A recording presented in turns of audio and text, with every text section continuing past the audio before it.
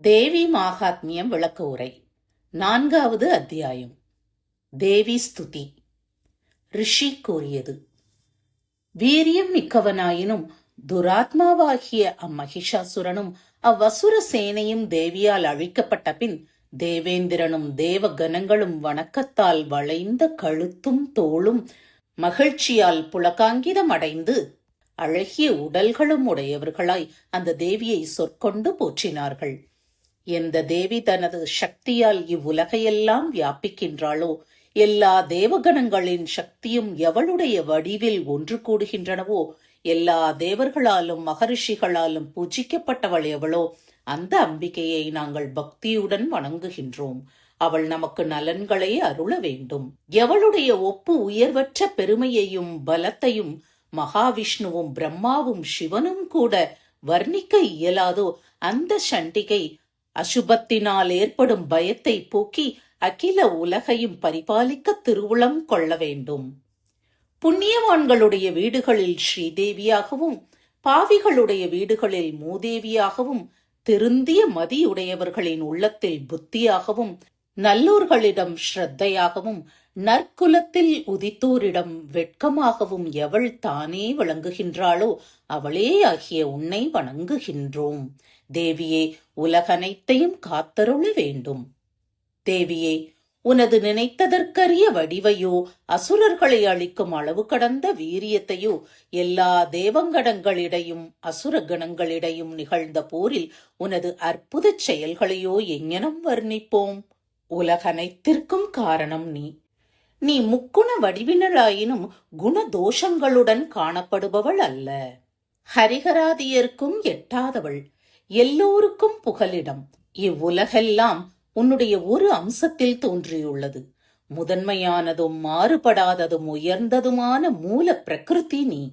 தேவி, எல்லா யாகங்களிலும் எந்த உச்சாரணத்தால் தேவர்கள் அனைவரும் திருப்தி அடைகின்றார்களோ அந்த ஸ்வாகா வடிவினலாய் நீயே விளங்குகின்றாய்.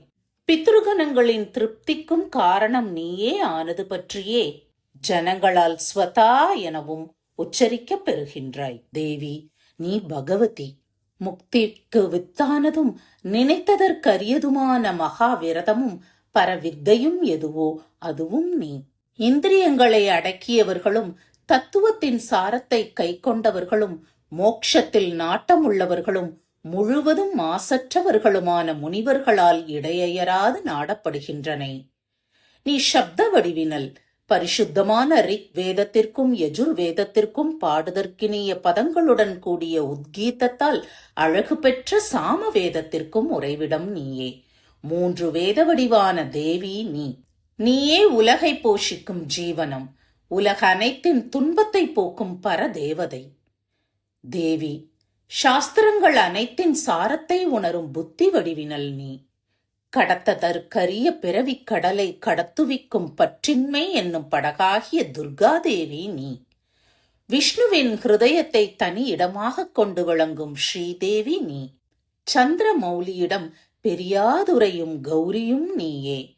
பரிசுத்தமான புன்முறுவலுடன் பரிபூர்ண சந்திர பிம்பம் போலும் மாசற்ற பொன் போலும் ஒளிவீசிய உனது திருமுகம் காணப்பட்ட போது கோபத்தின் வசமான மகிஷாசுரனால் விரைவில் அது தாக்கப்பட்டது வெகு ஆச்சரியம். தேவி, உதயத்தில் சிவந்த சந்திரன் போலவும் கோபத்தால் புருவம் நெறிந்து கடுமையாகவும் விளங்கிய உனது முகத்தை கண்டதும் மகிஷாசுரன் உடனே பிராணனை இழக்காததும் மிக்க விசித்திரமே. கோபம் கொண்ட யமனை கண்ட பின்னும் எவரால் ஜீவிக்க முடியும்? தேவி, அருள் புரிய வேண்டும். உன்னை மீறியவர் எவரும் இல்லை. நீ கோபம் கொண்டால் உலகின் நன்மைக்காக அசுரர் குலங்களை அப்போதே அழிக்கின்றாய். மகிஷாசுரனுடைய பரந்த சேனை நாசமாக்கப்பட்ட போதே அது நன்கு உணரப்பட்டதாயிற்று. எப்போதும் உயர்வர உயர் நலமளிக்கும் நீ எவர்களிடம் பிரீத்தி அடைகின்றாயோ அவர்களே ஜன சமூகத்தில் சம்மானம் பெறுகின்றார்கள். அவர்களுக்கே செல்வமும் அவர்களுக்கே புகழும் உரித்தாகின்றன. அவர்களுடைய தர்ம வர்க்கம் குறைவுபடுவதில்லை. மனைவிமாரும் மக்களும் பணியாட்களும் நிறைந்து அவர்கள் செல்வவான்களாய் விளங்குவர். தேவி, உனதருளால் நல் வாழ்க்கை எய்தியவன் மிகுந்த ஆதரவுடன் நாள்தோறும் இடைவிடாது தர்ம காரியங்களை எல்லாம் செய்கின்றான். பிறகு ஸ்வர்க்கத்தை அடைகிறான். ஆகையால் உலகிலும் பயனை அளிப்பவள் நீயே அன்றோ? கடத்தற்கரிய கஷ்டத்தில் நினைக்கப்பட்டால் நீ எல்லா ஜீவர்களுடைய பயத்தையும் போக்குகிறாய். இன்பத்தில் நினைக்கப்பட்டால் நலன்மிக்க மதியை அளிக்கிறாய். ஏழ்மையையும் துன்பத்தையும் பயத்தையும் போக்குபவளே, எல்லோருக்கும் உபகாரம் செய்ய எப்போதும் உருகும் நெஞ்சுடையவர் உன்னைத் தவிர யார் உளர்? தேவி, கொடியோராகிய இவர்கள் கொல்லப்பட்டதால் உலகம் இன்பம் எய்துகின்றது. நரகத்தில் நித்திய வாசம் செய்யக்கூடிய பிரபலமான பாவத்தை இவர்கள் செய்தாலும் செய்யட்டும். அதனால் போரில் என்னிடம் உயிர் துறந்து தேவலோகம் செல்லட்டும் என்று எண்ணியே நிச்சயமாக நீ எதிரிகளை கொல்கின்றாய் போலும். அசுரர்களை எல்லாம் பார்த்த மாத்திரத்திலேயே நீ பஸ்பமாக்க முடியாதா? எனினும் எதிரிகள் மேல் ஆயுதங்களை பிரயோகிப்பதால் இவர்கள் சத்ருக்களாயினும் எனது ஆயுதங்களால் புனிதமாகி நல்லுலகங்களை அடையட்டும் என்பதே அவர்களிடமும் மிகுந்த கருணை வாய்ந்த உனது எண்ணமாய் இருக்க வேண்டும். உனது வாளினின்று போந்த ஒளிக்கற்றையின் மின்னலாலும் சூலத்தின் முனையினின்றும் போந்த காந்தியின் பெருக்காலும் அசுரர்களின் கிரணங்களுடன் கூடிய சந்திர பிம்பம் போன்ற உனது திருமுக மண்டலத்தை காணப்பெற்றதால்தான்.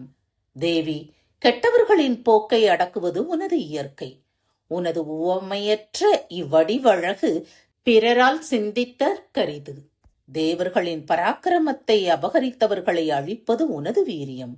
இதனால் இப்போரால் சத்துருக்களிடமும் உனது தயை பிரகடனம் செய்யப்பட்டது. இந்த உனது பராக்கிரமத்திற்கு எதை உவமை கூற இயலும்? அடியார்களை வசீகரிப்பதாயினும் சத்ருக்கள் மனத்தில் பயத்தை உண்டாக்கும் இந்த வடிவழகு எங்குண்டு?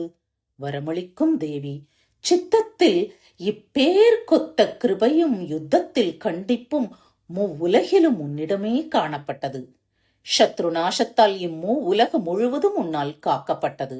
போர் முனையில் அச்சத்ரு கணங்கள் கொல்லப்பட்டு வானுலகுக்கு அழைத்து செல்லப்பட்டனர். மதம் பிடித்த தேவ சத்ருக்களிடமிருந்து தோன்றிய எங்கள் பயமும் போக்கப்பட்டது. உனக்கு நமஸ்காரம். தேவி, சூலத்தால் எங்களை காப்பாற்று. அம்பிகே, வாளாலும் காப்பாற்று. மணி ஓசையாலும் எங்களை காப்பாற்று. வில்லின் நான் ஒளியாலும் காப்பாற்று. சண்டிகையே, கிழக்கிலும் காப்பாய், மேற்கிலும் காப்பாய். ஈஸ்வரி, அங்ஙனமே உனது சூலத்தை சுழற்றி தெற்கிலும் வடக்கிலும் காப்பாய். உலகிலும் சஞ்சரிக்கும் உனது அழகிய வடிவங்கள் அவற்றாலும் அளவு கடந்த கோரமான வடிவங்கள் எவையோ அவற்றாலும் இப்பூவுலகையும் எங்களையும் காத்தருள்வாய். அம்பிகே, வாள், சூலம், கதை முதலிய ஆயுதங்கள் எவை உனது தளிர் போன்ற கரங்களில் ஏந்த பெறுகின்றனவோ அவற்றால் எத்திக்கிலும் எங்களை காப்பாய். ரிஷி கூறியது.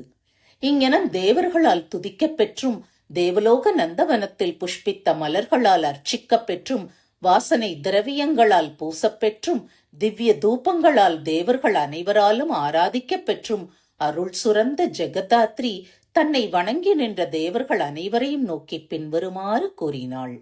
தேவி கூறியது. தேவகணங்களே, உங்களுக்கு எது விருப்பமோ அதை வரமாக என்னிடம் கேட்கலாம். தேவர்கள் கூறியது.